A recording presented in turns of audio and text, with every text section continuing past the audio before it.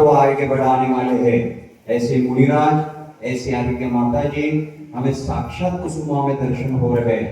नहीं तो आप देख सकते हैं माता जी कि हर जगह गुरु पूर्णिमा के दिन गुरुओं के दर्शन के लिए जाना पड़ता है, लेकिन हम कुसुमावासी परम सौभाग्यशाली है कि साक्षात गुरु यह 4 महीने के लिए वर्षा के लिए चलकर आए हैं। हमने भगवंतर में महान पुष्प पुण्य किया होगा कि हमें साक्षात चतुर्थकरण चले, जिससे साक्षात हमें साधुवर यहाँ विराजमान वर्षा के लिए विराजमान हो रहे हैं। हमने महावीर भगवान, भैरव भगवान, आदिनाथ भगवान, 24 तीर्थंकर भगवान किसी को नहीं देखा, और उन्होंने उनकी जो परंपरा पे चल रहे थे ब्राह्मी सुंदरी जी, उनको भी नहीं देखा। लेकिन आदिनाथ भगवान जी ने जो ब्राह्मी सुंदरी को सिखाया था, जो उनके मार्ग पर चल रहे, ऐसे साक्षात ब्राह्मी सुंदरी स्वरूप आप यहाँ विराजमान हो। हम बहुत ही भाग्यशाली माता जी। मैं ज्यादा वक्त लेते हुए आज गुरु पूर्णिमा के दिन, गुरु दिवस के अवसर पर मैं सर्वप्रथम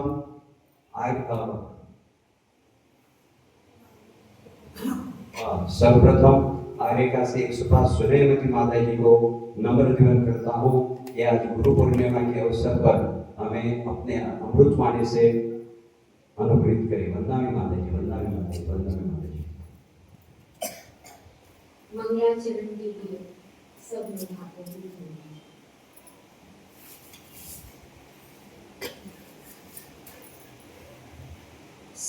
सुज्ञानलीन तपचन्द्रकला प्रवीणं कल्याणे कुञ्ज शुभ ध्यान जले विलीनं सम्यक् सरोज निज बोधि पयोधिमीनं वन्दे सदैव गुरु सुंदर धीर वीरम्।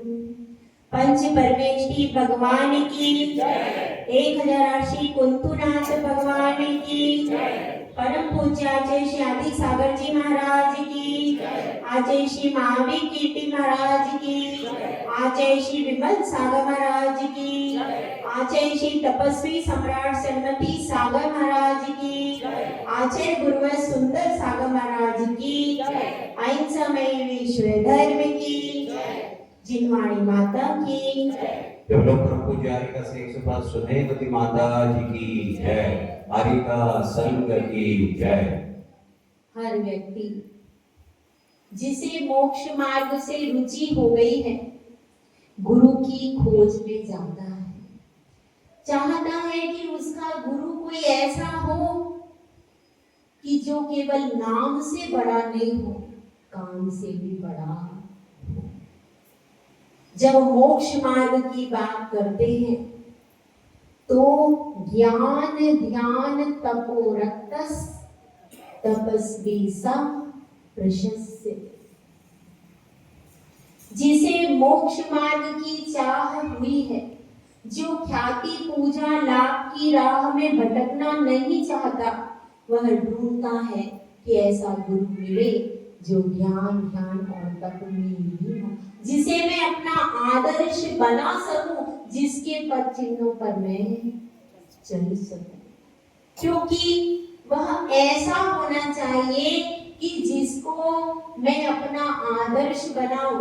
क्योंकि अगर किसी ऐसे गुरु को आदर्श बना लिया जो कि मिथ्या मार्ग में जा रहे हैं, प्रवचन अच्छे तो किसी और के भी हो सकते हैं, और प्रवचन अच्छे होने मात्र से क्या वह गुरु की श्रेणी में आएगा? नहीं। कोई भजन भी अच्छे गा सकता है, प्रवचन भी अच्छे कर सकता है, लेकिन गुरु तो ऐसा चाहिए जो कि संभालता रहे और आगे भी बढ़ाता रहे। दोनों चीजें चाहिए। तो ऐसे ही गुरु की तलाश में हम भी कब गए थे? हम तलाश कर रहे थे 1996 से। पहले तो हमने कोई तलाश नहीं की, ऐसे ही प्रवचन सुनने चले गए, और प्रवचन सुनते सुनते मन में भावना आ गई कि अब इसी राह पर आगे बढ़ना है। तो तब गुरु की कोई तलाश नहीं की, लेकिन जब हमने राह चुन ली, उसके बाद शास्त्रों का अध्ययन किया, तब हमें लगा कि नहीं, गुरु तो कोई विशेष होना चाहिए। गुरु कैसा हो? गुरु ऐसा हो, अपने मन में गुरु के लिए सपने बुनने लगे। गुरु ऐसा होना चाहिए, गुरु ऐसा होना चाहिए। शास्त्रों में जैसा बताया है वैसा ही ज्ञान, ध्यान और तप में लीन गुरु हमने भी खोजना चालू कर दिया। जब 2001 में तपस्वी सम्राट आचार्य श्री सन्मति सागर महाराज जी संघ सहित, चतुर्विद संघ सहित भोपाल नगरी में पधारे, तब हमको लगा कि भाई तपस्या में जो अग्रणी है, क्योंकि तपस्या मुख्य है, तपसा निर्जराचा, तप के द्वारा ही कर्म खपाने हैं। कोई हमको बड़े बड़े प्रवचन करके बड़ा नहीं बनना भैया। तो हमारे लिए यही गुरु उपयुक्त है, इनकी चर्या भी अच्छी है और तपस्या में भी एवं है। तो अपने गुरु उनको हमने गुरु के रूप में मान लिया, ये हमारी गुरु। तो उनको गुरु के रूप में मान तो लिया, लेकिन उनसे कभी बात करने की हिम्मत नहीं हुई, क्योंकि वो बहुत कम बोलते थे और जो नया बच्चा हो वो एकदम से जाकर के इतने गंभीर व्यक्तित्व से जुड़ नहीं सकता नया बच्चा। तो हम उस वक्त नए बच्चे की तरह ही थे। तो अब हम कैसे जुड़े? तो उस समय पर आचार्य गुरुवर सुंदर सागर महाराज जी, तो इन्होंने क्या किया, ये उस समय मुनि के रूप में थे।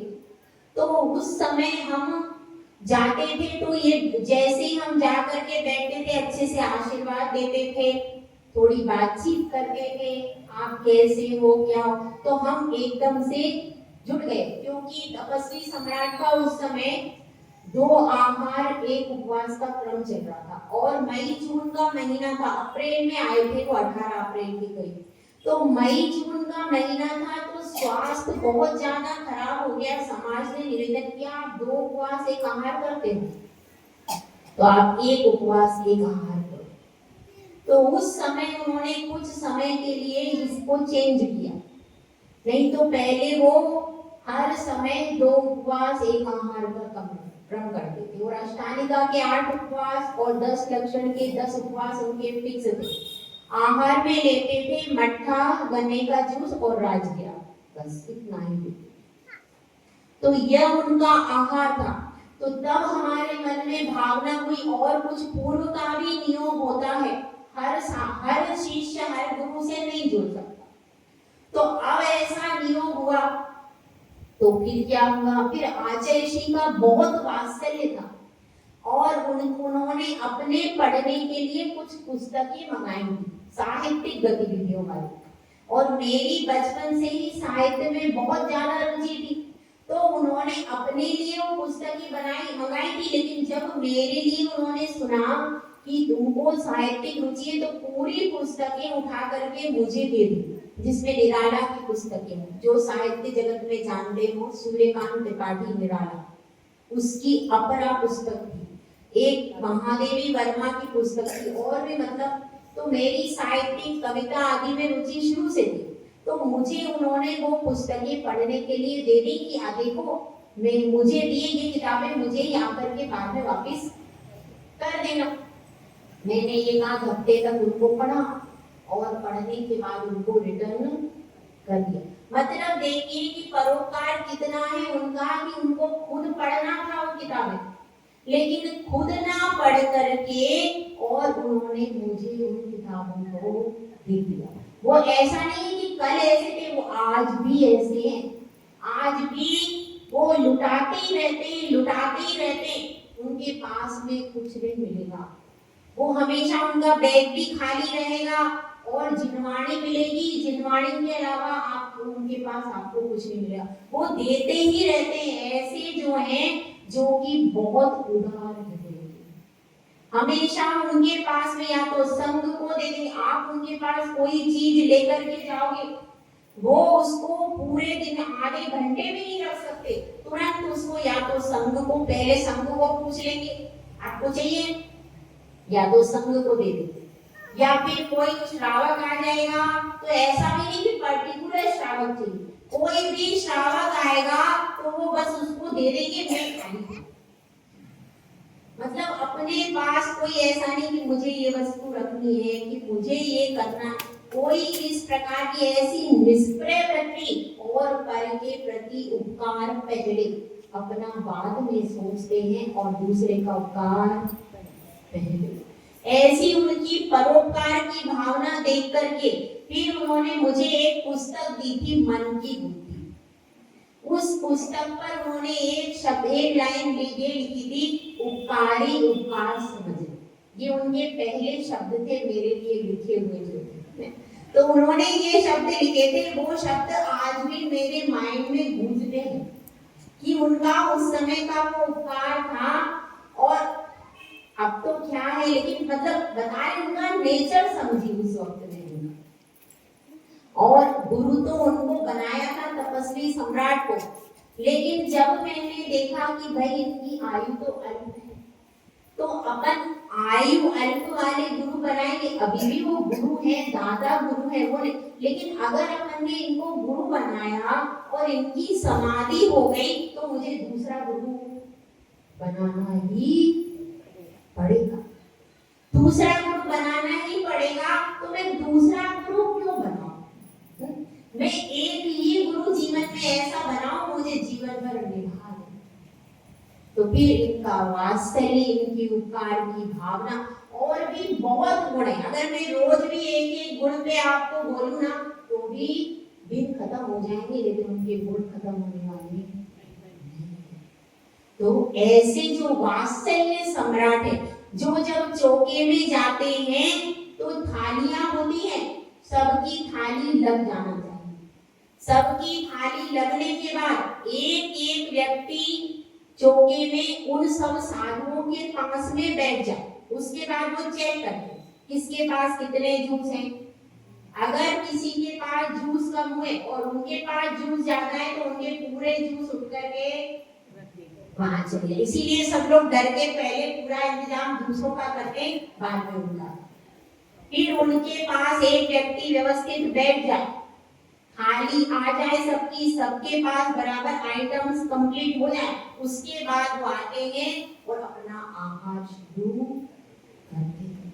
ऐसा आचार्य तपस्वी सम्राट सन्मति सागर महाराज जी के पास भी मैंने देखा। जब मैं 2009 में गई थी उनके पास, तब की बात है, पहले भी देखा कि वो उनकी भी एक पूरी सबकी थालियां लग जाए, उसके बाद वो आहार शुरू करते। तो ये जो वात्सल्य रत्नाकर का संघ है, आचार्य श्री विमल सागर होंगे, इसमें वात्सल्य की अपने आप धारा बहती है। जैसे कि कोई माँ होती है, यदि उसमें गहरा वात्सल्य तो बच्चों में अपने आप आ जाता है। तो उसी तरह से इनको भी, और ये बचपन से ही ऐसे, बचपन से ही अपने जब अपने मोहल्ले में रहते थे तब भी उनकी क्या आदत थी, सबको बांट देते थे और खुद भूखे रह जाते। उनकी तो बचपन से ही आदत है। और फिर ऐसा ही वात्सल्य रत्नाकर गुरु मिल गए तो फिर और भी ज्यादा वो बढ़ता है। तो ये बचपन से ही बहुत ज्यादा उपकारी प्रकृति है। तो ऐसे गुरु जो हमको मिले, जो हमने जब इनको हमने पाया तो हमको लगता है, हमको आज भी उसका गौरव होता है कि हमने ऐसे परोपकारी वात्सल्य सम्राट, हम तो भाई एक बूंद है, वो तो महान सागर है, महान सागर के तुल्य है। हम तो मात्र आपने अभी बूंद को देखा, ये तो बहुत छोटी सी बूंद है, मगर चाहती है कि बरस जाए। बस मैं इतना चाहती हूँ कि जो ज्ञान है वो सब आप पर बरसा दे। मैं तो सिर्फ यहाँ ज्ञान को बरसाऊंगी, मुझे कुछ भी आप लोगों से नहीं चाहिए। बस आप रुचि से उस ज्ञान को अपने भीतर सहेज कर रख लो और अपने जीवन में आगे बन करके क्या बन जाओ, सब लोग मुनि और आर्यका बन जाओ। उस ज्ञान को सहेज के रखो ताकि आप जब मुनि आर्यका बनो तो अपने जीवन में वो समाधि के काम आए आपकी, क्योंकि रियल चीज है ओनली समाधि। इस भव में यदि आपने सम्यक दर्शन पूर्वक दीक्षा धारण कर ली और समाधि कर ली तो आपने सब कुछ कर लिया। अगर ये नहीं कर पाए तो कुछ भी नहीं कर पाए। तो इसलिए देखिए, गुरु कुमार शिष्य कुंभ है, गड़गड़ काढ़े कोट कोट, बाहर भीतर हाथ पसार के बाहर मारे चोट। तो ऐसे ही गुरु होते हैं, बाहर से अपने को गंभीर दिखेंगे, कठोर दिखेंगे, लेकिन उनकी हर चीज में, हर बात में बहुत ज्यादा गहरा रहस्य छुपा हुआ होता है। हम उस रहस्य को नहीं जानते हैं, इसीलिए उनके बारे में गलतफहमियां पाल लेते।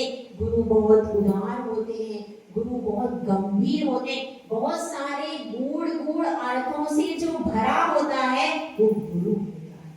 गुरु को समझना बहुत कठिन है। शिष्य कभी गुरु के पासंग नहीं समझ सकता। गुरु वह गुरु बनने के बाद जब वह स्वयं आचार्य बनते हैं तब समझते हैं। ऐसे आचार्य श्री भी हमको कहते, हम पहले गुरु को देखते थे कैसे होता है, कैसे करते, लेकिन जब हम स्वयं आचार्य बने तब लगा कि उनमें कितनी गंभीरता थी और वे परिस्थितियां क्या थी। तो हम तो बूंद की तरह हैं और बूंद बन करके ही समाधि होने वाली है। हम तो उनके चरणों के लिए पदरज सेविका मात्र है, हमारा कुछ भी अस्तित्व हम मानते नहीं है। गुरु तो बड़े ही रहेंगे और दिगंबर गुरु तो हमारे लिए आराध्य हैं, उपास्य हैं और हमारा लक्ष्य भी है। इस भाव में ना सही तो अगले तीसरे भाव में हम निर्ग्रंथ जरूर, क्योंकि भावना भा रहे हैं। गुरु की भक्ति ही हमारे लिए नौका बनती है। हमारे लिए नौका क्या है? जीवन में कभी भी गुरु की निंदा मत करना। आपसे भक्ति नहीं हो, आपसे प्रशंसा नहीं हो तो आप निंदा मत करना। आपसे सेवा जिसकी हो उसकी ठीक है, नहीं हो तो नमस्तु करके अपने अलग हो जाना। इसलिए गुरु की भक्ति से हमेशा अपना हृदय भरे रखो। यह गुरु की भक्ति ही नौका बन करके आपको भव सागर में पार कराने के लिए क्या बन जाएगी? निमित्त बन जाएगी। तो ऐसे ही हम तो मात्र बूंद हैं मगर प्रयास कर रहे हैं। जैसे कि एक छोटी सी कहानी सुनाती हूँ। एक चिड़िया थी, एक महल में आग लग गई। बहुत बड़ा महल था, बहुत बड़ी बिल्डिंग। सब लोग ला करके बाल्टी बाल्टी भर पानी उस महल में डाल रहे। अब क्या करें? चिड़िया एक चोंच में उधर से पानी भरे, इधर डाल। कई व्यक्तियों ने चिड़िया को देखा, मैंने कहा ये पागल हो गई, ये पागल हो गई। अरे ये इसकी एक बूंद के पानी से क्या होगा? कहाँ की अग्नि बुझ जाएगी, कैसे होगा? तो लोगों ने उस चिड़िया से कहा, चिड़िया तुम क्या पागल हो गई?